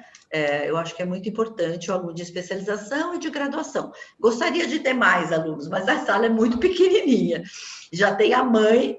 Normalmente vem com o pai ou com o avô, e aí não dá para ter muita gente. Mas esse sistema de rodízio, ele funciona, porque a gente vê que depois de várias sessões, as alunas já estão bem treinadas para tudo e bem adaptadas, tá bom? Então, e depois, quando eles são direcionados para Autones, né, que é o ambulatório mesmo de audiologia, aí acho que também dá um prosseguimento, né? Dá uma continuidade. Aí dá uma continuidade, porque aí eles vão no ambulatório de áudio, e Isso, quem já passou pelo prematuro dá uma diferença enorme quando chega no ambulatório de imagino. áudio. Eles já estão muito bons, né? E quem nunca viu, aí até põe um que já passou com o que nunca passou junto para ensinar, porque eles já vêm mais treinados, porque eles já passaram e já têm um treinamento. Ótimo. Bom, vou aproveitar esse gancho da questão da orientação e da retaguarda que a gente precisa dar também para as famílias, porque a gente está falando de uma questão muito delicada, né, de sobrevida, muitas vezes, as mães ficam realmente numa situação de muita vulnerabilidade, inclusive mental, né, emocional, né, então queria que a professora Jaci contasse um pouco mais detalhado, né, como tem sido o serviço de orientação a essas famílias, como é a adesão das famílias, algumas impressões que ela tem tido ao longo dos brincadeiras e brinquedos, que eu acho que é uma alternativa muito, muito bacana para os serviços de saúde pública, né? Bom, obrigada pela pergunta e oportunidade, mais uma vez, e ouvir as colegas, né? Eu acho que até vou juntar as duas questões, né? Por que fizemos isso? Como já mencionei antes, as nossas crianças são muito jovens. Nós, há anos, né, Ana Lúcia, há décadas, estamos junto na consulta. No começo, nós estávamos juntas mesmo, na mesma sala, ao lado do pediatra, mas como a professora Marisa lembrou, sempre tivemos a síndrome da sala pequena, então não foi mais possível manter dessa maneira. Mas o que significa que nós temos ali o bebê, ali a mãe, nada mais natural do que observar a linguagem da criança junto com a mãe, que, aliás, sabe mais sobre a linguagem do que a gente mesmo. Não é? Então, a ideia de estar junto, no bom sentido da expressão, estar junto é otimizar aquilo que aquela senhora sabe sobre o filho dela, com aquilo que a gente pensa saber sobre o desenvolvimento, integrando dessa maneira, não é? E nisso entra, vou juntar o gancho do aluno, é um fascínio formar o aluno que está vendo, talvez pela primeira vez na vida, um bebê que tem 10 meses, e é bem petitico, né? Um bebê de 12 meses, alguém que, eventualmente, pela primeira vez na vida, vai brincar com uma criança que tem 1 ano e meio, não é? Nós aqui todas já temos muitas experiências para brincar com crianças, né? Mas não necessariamente o nosso aluno. Talvez ele tenha sido o último bebê da casa, né? Então, é muito... É fascinante, pessoalmente, devo dizer, mas é também muito delicado formar alguém em serviço, quando, de verdade, no serviço, o foco de atenção é aquele adulto e aquela criança. Então, o olhar do que acontece ali precisa ser delicado. Por isso, muitas vezes, a gente filma um pouquinho, para olhar um pouco a mãe, um pouco um bebê, um pouco o adulto e um pouco a gente mesmo, né? Para ver como que nós estamos conduzindo essa orquestra de câmara, né, que está acontecendo ali com cada um daquelas flautas, vamos pensar dessa maneira. O que a gente observa, pegando mais objetivamente a pergunta, é que nós estamos lidando com famílias que estão inseridas num contexto e elas sabem disso. Então, como Marisa disse, a gente chama carinhosamente da casa do prematuro, né? As mães também. Tá certo? Então, essa pessoa, essa família, não está fazendo uma adesão só com a fonoaudiologia, ela está fazendo uma adesão com um conjunto. Então, muito provavelmente, o nível de adesão, não fiz esse estudo, mas boa ideia, hein, Marisa, vamos fazer.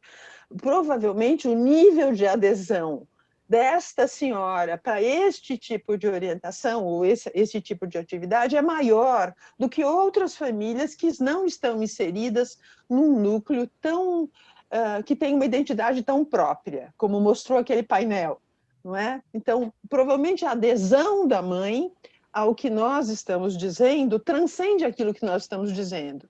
Tem a ver com o que todos estão dizendo. Então, essa senhora leva o filho toda quarta-feira na fisioterapia.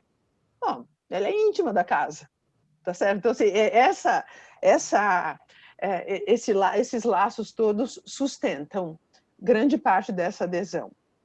O que a gente está fazendo, por outro lado, tem uma versão por isso chama Brinquedos e Brincadeiras, tem uma versão bastante otimista, certo? A criança é prematura, sim. Ela tem, sim, aquele conjunto de riscos todos, e nem são riscos, são fatos que a Ana Lúcia mencionou agora. Mas conosco, ela está brincando, certo? E o que nós estamos observando é aquilo que a criança faz, e não o que ela não faz. Tá certo? Nós estamos mostrando, ajudando a mãe a olhar para como a criança brinca e como talvez uma ligeira mudança de brincar, talvez o apontar, talvez o mostrar, possa ajudar a criança a brincar de outras formas. Então, a nossa sessão é um privilégio. Eu tenho esse privilégio, brinco de casinha todo dia, tá certo? Então, é algo que traz ali, naquela relação, um clima mais leve, vou dizer desta forma, embora ela esteja no Hospital São Paulo, na casa do prematuro. E voltando agora aos alunos, o fato de ter os jovens alunos por perto também traz uma visão, uma dinâmica bastante construtiva, certo? A idade é próxima, né, das mães e dos alunos. Então, aquele clima que a gente faz questão de criar, né? Se nós fazemos isso, sabemos onde estamos, sabemos o risco daquelas crianças, sabemos a patologia que está ali contada, né? Nós não vamos esquecer todos os slides que a doutora Ana Lúcia mostrou, ou a Marisa mostrou, mas lá nós estamos brincando. Então, fica fácil, divertido. Bom, hoje a gente está terminando, foi uma honra e um prazer, né? A gente podia ficar aqui mais muitas horas conversando. Eu vou apenas pedir, dar um tempinho para vocês fazerem as considerações finais, e daí a gente encerra e estaremos ao vivo ali no chat no dia 19, né? Lembrando, estamos, né? no chat ao vivo. Professora Ana Lúcia, as últimas considerações. Eu gostaria de agradecer muito, Karina, essa oportunidade e dizer o quanto é relevante comemorar esse dia, né? O 17 de novembro, Dia Internacional de Atenção ao Prematuro, para alertar as pessoas, né, da importância da prematuridade. A gente ouve com muita frequência, olha, achava que prematuro era só crescer, que estava tudo certo, que superada essa fase, não tinha maiores preocupações. Isto, felizmente, é verdade para 80% desta população. Mas tem lá 15%, 20% que precisa deste nosso olhar muito especializado e, ao mesmo tempo, cuidadoso, né? Assim, cuidadoso no sentido de não sobrecarregar esta família com mais estresse do que ela já tem. Mas muito obrigada, acho fundamental, foi muito importante esse alerta e essa oportunidade. Obrigada, Karina. Nós que agradecemos, né? Especialmente pela senhora estar representando a Sociedade Brasileira também de Pediatria, né? Porque é uma oportunidade de integração de áreas aqui, né? Muito obrigada, professora. Obrigada. Professora Marisa, as últimas considerações. O seu microfone está fechado, precisa abrir. Então, gostaria também de agradecer, né, a sociedade pelo convite, e o que eu gostaria é que essa aula incentivasse as pessoas, né, a montar novos grupos, né? Acho que seria muito interessante porque as pessoas falam, é muito difícil, acompanhar é difícil, mas não é impossível, né? Quando nós começamos, né, com 3 pessoas numa salinha do ambulatório, super apertada, e a gente fazia tudo junto, o barulho incomodava o outro, o neuro via ao mesmo tempo, e tudo deu certo no final. Nós fomos crescendo juntos como equipe, então eu acho que tem que começar, porque a gente ouve muito a respeito de triagem neonatal, quantos passam, quantos falham, mas acompanhamento a gente ouve muito pouco. Então, acho que os grupos deveriam, assim, ter vontade de começar um acompanhamento, um monitoramento de bebês prematuros, né? A gente sabe que até no SUS isso é mais fácil do que no particular. Porque o particular, cada um tem o seu pediatra, cada um tem o seu otorrino, ninguém quer ir não tem uma equipe, né, multidisciplinar, mas eu acho que as pessoas têm que começar a realizar mesmo, porque é muito gratificante. Depois que você trabalha junto com aquela equipe, discute as coisas, você sente uma gratificação enorme, porque você vai vendo o sucesso dos bebês, né? Eu tenho um exemplo do menino, que é a coisa que eu sempre lembro, porque assim, quando era uma criança, o Jonathan, que quando ele tinha 5 meses, a gente olhava para ele não fazia nada, ele tinha hidrocefalia, ele não escutava direito, ele não estava assim muito, muito. E nós fomos acompanhando intervenção, linguagem, intervenção física, lá, e o menino me chega com 7, 8 anos, né, na casa e fala assim, primeiro ele já falou para a pediatra, ó, não vem medir minha cabeça porque meu apelido é Cabeção, porque ele tinha um perímetro cefálico aumentado. E a mãe falando, olha, eu voltei com ele porque eu estou muito preocupada. Eu falei, o que está acontecendo? Ele estava alfabetizado, e a preocupação da mãe é que ele estava trocando o S e o Z na escrita. Eu falei, nossa, não acredito. Essa criança que a gente viu tão grave, agora a queixa dela é que ela troca uma letrinha na escrita, não querendo menosprezar, mas para tudo que ela passou, né?